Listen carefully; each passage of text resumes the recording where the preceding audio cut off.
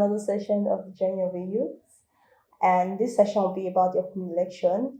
But first of all, I want to thank all those who took a little bit out of their time to reply to my survey link regarding PVCs and voting, or why people would not want to get their PVC, or why people would not want to vote.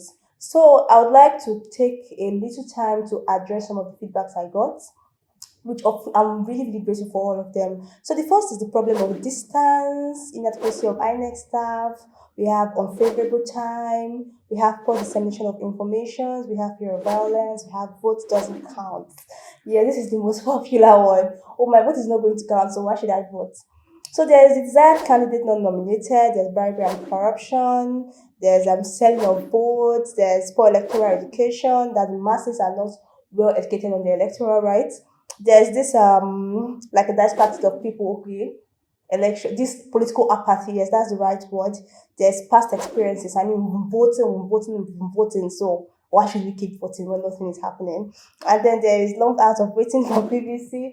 I think I don't want to call names, but I was going through someone's status and he kept complaining on how long he keeps going back every day. And still the crowd is just overwhelming. And when he gets there, I mean, his name can be called or something like that. So those things can be very frustrating. And there's the time factor, there's stress, there's delay and stuff like that. See, your responses are really, really valid. And trust me, they are enough to frustrate anybody. Like any average Nigerian should be frustrated with this I call them barriers on why people wouldn't want to vote or why they wouldn't want to get their PVC. But then is that the solution? So you just sitting back and folding your hand, would all this problem be solved? Sometimes when we think things are not going well, we should think of ways to solve them. And even if those ways are not proving, very proficient or very effective, for the fact that solution don't see solutions never comes from giving up. So giving up is when you say, okay, I'm not going to do anything about this anymore. Or some of us even feel, okay, I'm going to leave this country. Where are you going to get the money to leave the country? I mean, does the money want to drop down from heaven? You're still going to try to get the money from the society in which you find yourself. So my point is that all these things are barriers. Yes, your vote would not count. So I'll just address a few, which I feel encapsulates everything. So the problem of your vote is not counting. It's actually I don't want to call it hasty generalization, but it's actually true. I mean, from what has been happening. But the thing is that, okay, if I say my vote will not count, if every Nigerian thinks like that, it means nobody's going to vote. Like my point is that if every Nigerian keeps saying my vote will not count, 1,000 people are saying that, then it means that nobody will vote eventually. Imagine losing out, not 1,000 people not voting for a particular candidate whom we think would probably maybe lead the country forward.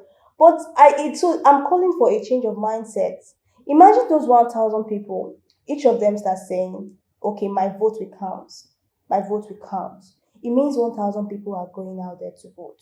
So to the problem of my vote will not count, please imagine us, it's just, it doesn't work.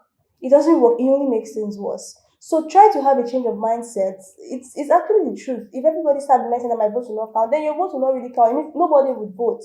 But if everybody starts saying, okay, let me just put out my best. Let me think. I think my vote, at least something will come out of my vote. So let me go and cast my vote. And then there are a lot of people saying that. So trust me, something good will come out of it. And yes, there is also the problem of the inadequacy of INEC officials.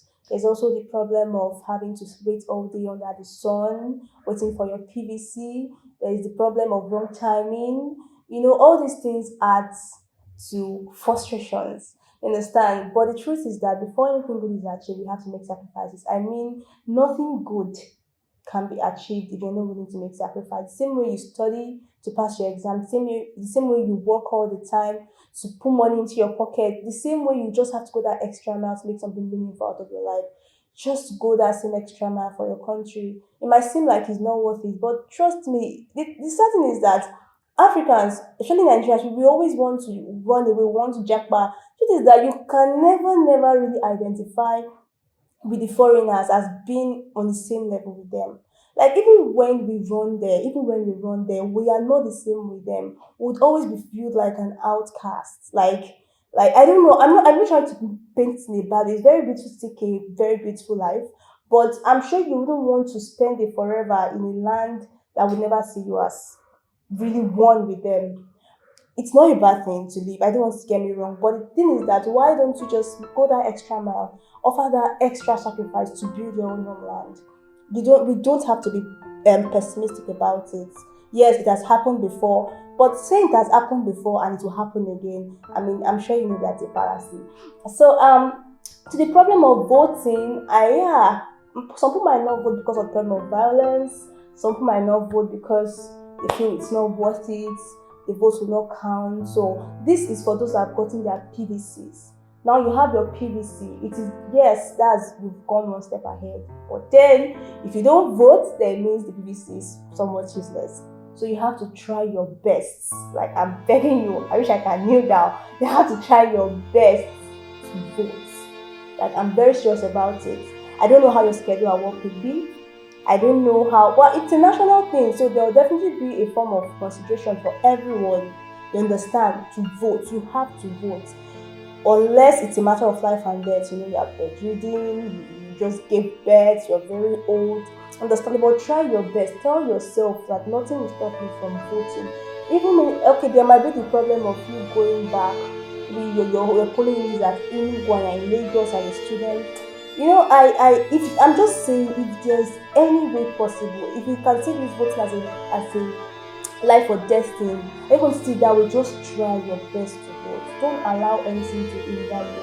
Do not allow insecurity, violence. I think we even overhype this issue of it happens, yes, no doubt. I'm not disputing that fact, but voting has been happening and it has been some extent, some places are secured.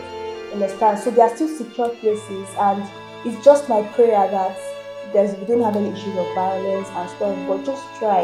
Don't give yourself excuses. When you feel your mind is so much pessimism or fear, violence, insecurity, you will end up not voting. But when you start telling yourself that regardless of what happens, I'm going out there to vote. You understand? You eventually see, I'm nothing eventually is going to happen. And please, we have to ensure that we vote rightly. Please do not vote because this person is from my tribe. Do not vote because this person, you've seen him lead before, he can do better. Or do not vote because of any emotional attachments. I want you to vote because you think this person is the right candidate to rule. Thank you very much, and I hope that you'll be able to get your PVC and also vote wisely. Have a nice day, and do not forget to subscribe to my YouTube channel. Thank you. Bye.